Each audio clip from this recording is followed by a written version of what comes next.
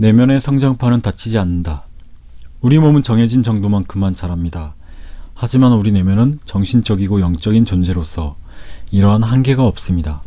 인생의 마지막 순간까지 아마 우리 내면은 계속 성장할 수도 있습니다. 나이를 먹는 만큼 말입니다. 성급한 사람은 이렇게 물을지도 모르겠습니다. 대체 우리의 어느 부분이 그렇게 자랍니까? 내 내면에서 무엇이 자란다는 것이지요? 어쩌면 그는 허탈해하며 이렇게 말할지도 모르겠습니다.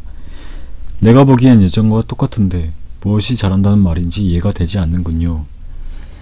어떤 사람은 기도를 드릴 때 어떠한 것도 떠오르지 않으며 아무리 노력해도 단지 자기 혼자만 말할 뿐 자기 앞에 어떤 대상이 존재하는지 느끼지 못한다고 한탄합니다. 그는 기도를 드릴 때마다 자신이 얼마나 보잘것없고 단순한 감정을 갖고 있는지 매번 확인한다고 말하지요. 그러나 이런 경험 자체가 자기 내면에 무엇인가가 성장하고 있다는 암시일 수도 있습니다.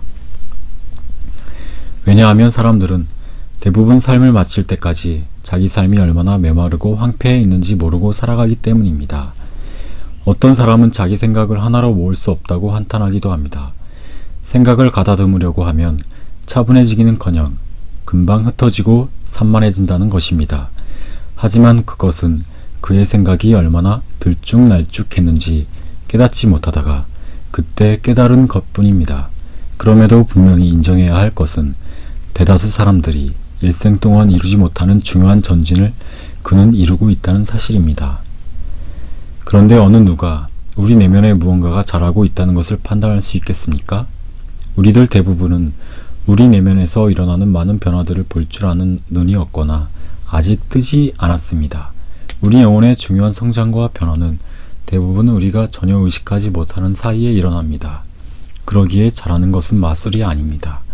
이는 큰 것을 큰 것으로, 무익한 것을 무익하게 보는 데서 출발합니다. 그리고 거기에 자신을 맞추고 적응시키는 데서 시작합니다.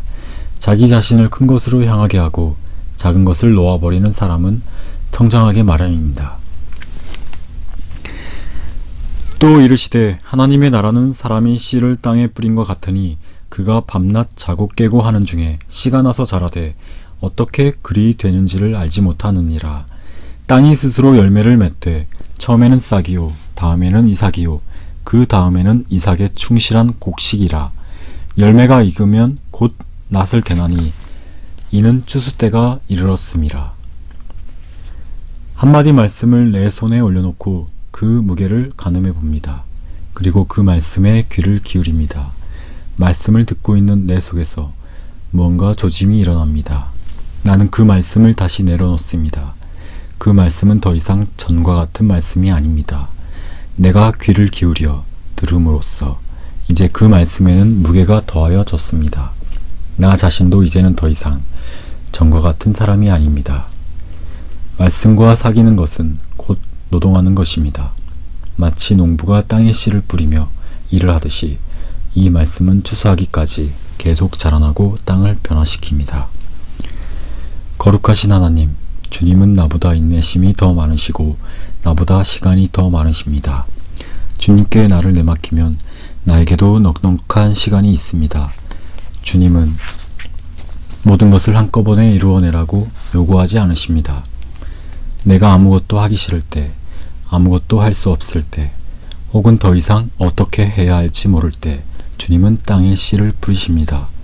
그 씨가 내 속에 뿌리를 내리고 자라서 내 삶에 열매를 맺어줄 때까지, 주님의 열매를 맺을 때까지